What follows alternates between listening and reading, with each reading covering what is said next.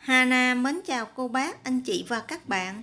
Hôm nay Hana xin gửi tới cô bác, anh chị và các bạn thêm một món chè bột lọc vừa ngon vừa đẹp với những nguyên liệu đơn giản dễ tìm, cách làm vừa nhanh vừa gọn nhưng mà thành phẩm thì vô cùng thơm ngon. Nếu cô bác, anh chị và các bạn thích, xin mời vào bếp làm cùng Hana nhé. Để chuẩn bị những viên bột lọc đầy màu sắc thì Hana sử dụng 150g bí đỏ, 150g khoai môn và 150g khoai lang. Bí đỏ, khoai môn, khoai lang sau khi gọt vỏ rửa thật sạch, mình sẽ đem đi cắt miếng nhỏ.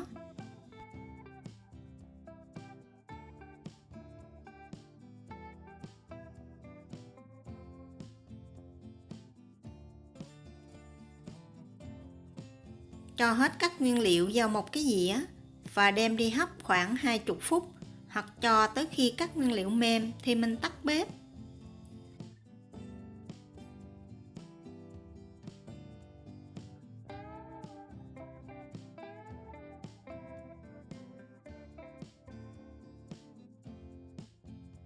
Để làm những viên chè bột lọc khoai lang, Hana sử dụng 100 khoai lang nấu chín. Trong khi khoai vẫn còn nóng thì cô bác, anh chị và các bạn mình sẽ dùng nĩa tán cho khoai thật là mịn. Thêm vào 1 muỗng canh đường cát, 1/2 muỗng canh mật ong. Trộn đều hỗn hợp cho thật là hòa quyện. Không có mật ong, cô bác, anh chị và các bạn có thể bỏ qua. Mình tăng lên 1,5 muỗng canh đường cát.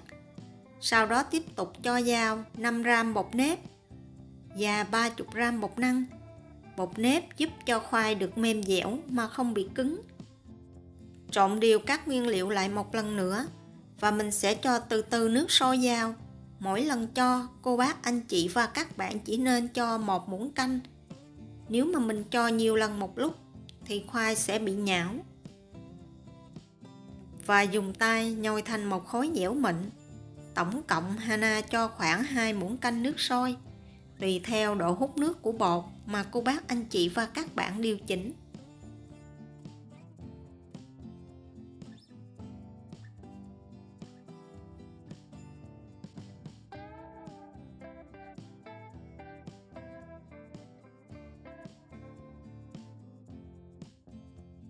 Sau khi nhồi xong phần bột khoai lang, mình sẽ đậy kín lại và để qua một bên. Mình tiếp tục làm như vậy với phần khoai môn.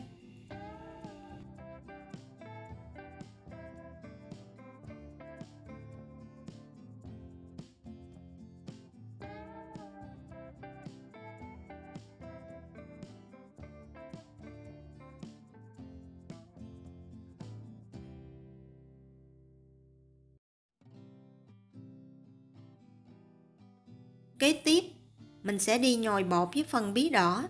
Bí đỏ này rất là dễ tán mịn nên cô bác, anh chị và các bạn mình để làm sao, vì nó nguội bớt cũng dễ làm. Bí đỏ rất là ngọt nên mình chỉ thêm 1/2 muỗng canh đường cát. Phần bí nhão hơn nên Hana dùng 15g bột nếp và 45g bột năng. Trộn đều các nguyên liệu lại, nhồi mịn thành một khối và để khoảng 15 phút cho bột nở.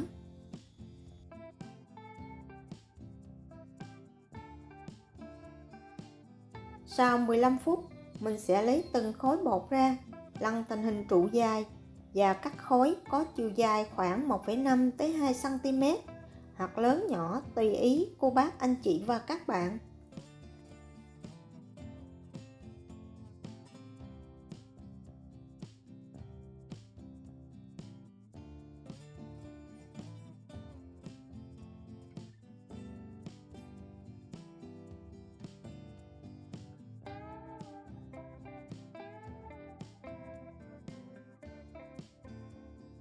Để chống dính cho những viên bột, Hana sử dụng thêm một ít bột năng áo điều bên ngoài.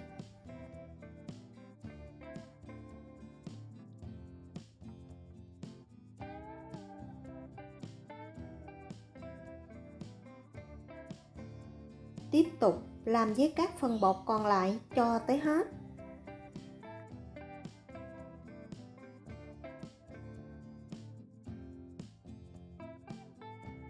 Sau khi tạo hình xong, cô bác anh chị và các bạn nhớ đậy kín lại để tránh bột bị khô. Để làm những viên bột lọc có hai màu xanh và trắng, Hana đun sôi 200ml nước. Màu trắng thì Hana sử dụng 50g bột năng và 10g tinh bột khoai tây.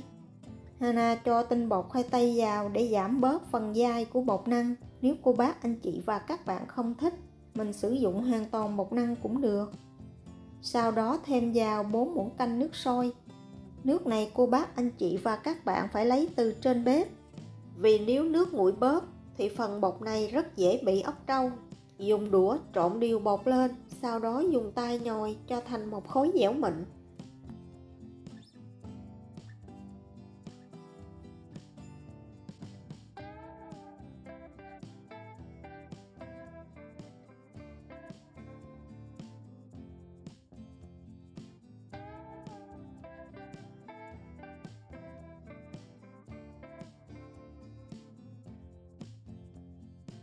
Bột cô bác anh chị và các bạn cũng nhớ bọc kín lại để tránh bột bị khô khó tạo hình. Phần nước còn lại thì Hana thêm vào 8 hoa đậu biếc khô. Mình sẽ đun thêm khoảng 3 phút cho hoa đậu biếc ra màu.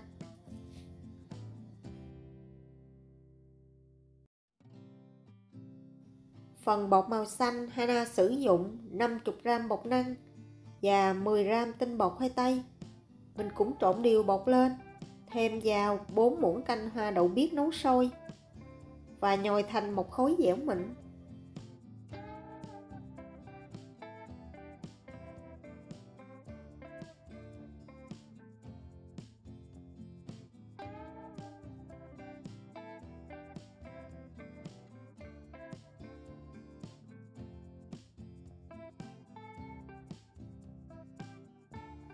Để tạo hình những viên chè rất là đơn giản.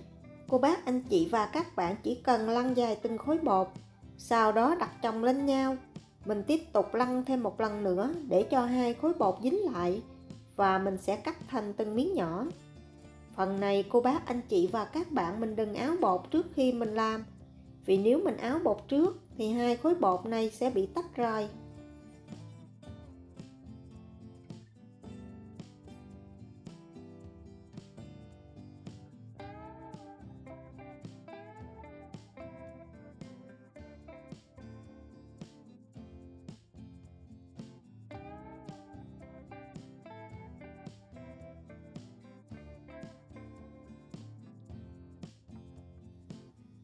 Sau khi làm xong, mình cũng áo một lớp bột năng bên ngoài, giúp cho viên bột không bị dính.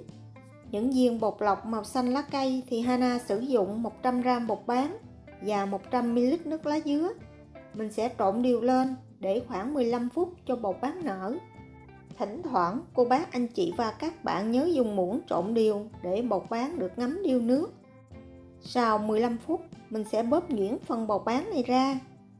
Để cho phần bột bán này được dễ dàng tạo hình, Hana thêm vào 2 muỗng canh bột năng. Mình sẽ trộn đều lên và nhồi thành một khối.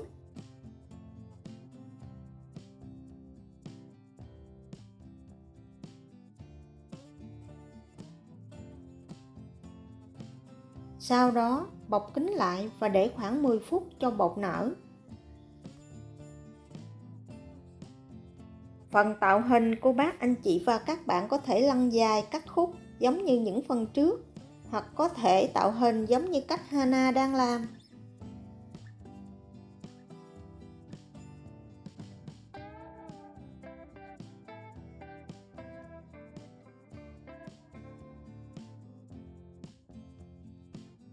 Mỗi lần làm xong, cô bác anh chị và các bạn cũng nhớ áo thêm một lớp bột năng bên ngoài chống dính.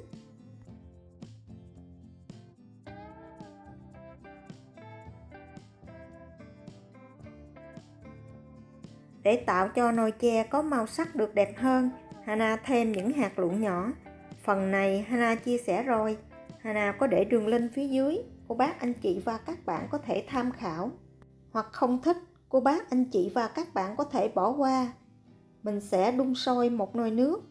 Sau khi nước sôi, dùng đũa khuấy đều dòng nước. Mình làm như vậy thì khi thả từng viên bột vào không bị dính lại. Lần lượt cho từng màu bột khác nhau. Mỗi lần cho, cô bác anh chị và các bạn nhớ dùng đũa đảo đều để tránh bị dính lại.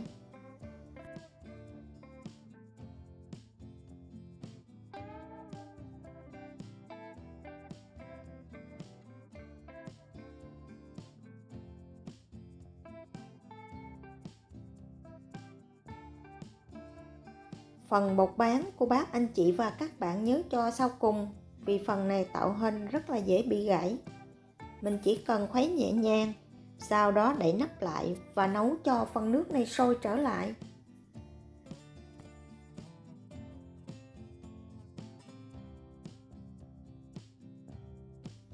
Khi nước sôi, hạ lửa nhỏ, tiếp tục nấu thêm khoảng 5 phút nữa thì tắt bếp.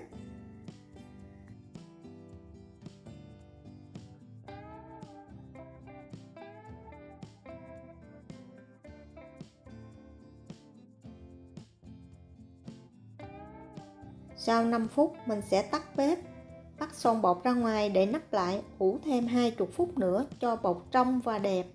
Sau 20 phút, mình sẽ vớt bột ra một cái tô nước lạnh và tiếp tục lọc qua tô nước lạnh khác thêm một lần nữa. Mình làm như vậy thì những viên chè của mình sẽ trong và đẹp hơn.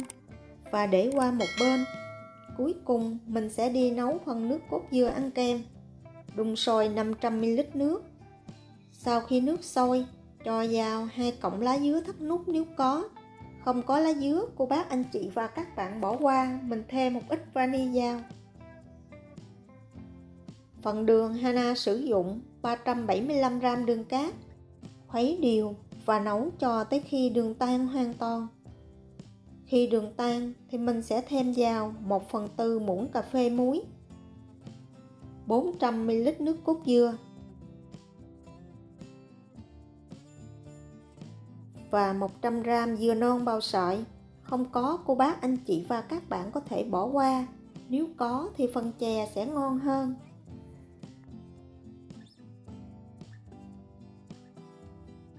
Khi nước cốt sôi thì mình sẽ hớt bỏ phần lá dứa để tạo thêm độ sánh cho chè.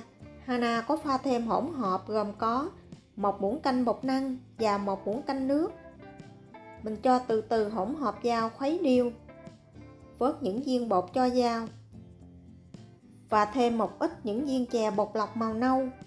Phần này Hana cũng chia sẻ rồi, Hana có để đường link phía dưới, cô bác anh chị và các bạn có thể tham khảo. Cuối cùng mình sẽ đun sôi chè một lần nữa và tắt bếp. Và đây là nồi chè bột lọc thập cẩm Hana vừa nấu xong, với màu sắc rất là bắt mắt. Hương vị thì thật là thơm ngon, vị ngọt vừa phải, mùi nước cốt dưa béo béo, bột khoai thì dẻo dẻo mềm mềm, bột lọc thì dẻo dẻo dai dai, phần dừa thì ăn sừng sực, thêm một ít đậu phộng lên trên. Vậy là cô bác anh chị và các bạn có thêm một món chè vừa ngon vừa đẹp cho gia đình của mình. Hy vọng cô bác anh chị và các bạn sẽ thích những gì Hana chia sẻ. Nếu thích, nhớ đăng ký ủng hộ kênh của Hana nhé. Hana cảm ơn. Hana kính chúc cô bác anh chị và các bạn nhiều sức khỏe, nhiều niềm vui và nhiều thành công trong cuộc sống. Hana xin chào tạm biệt và hẹn gặp lại vào thứ 6.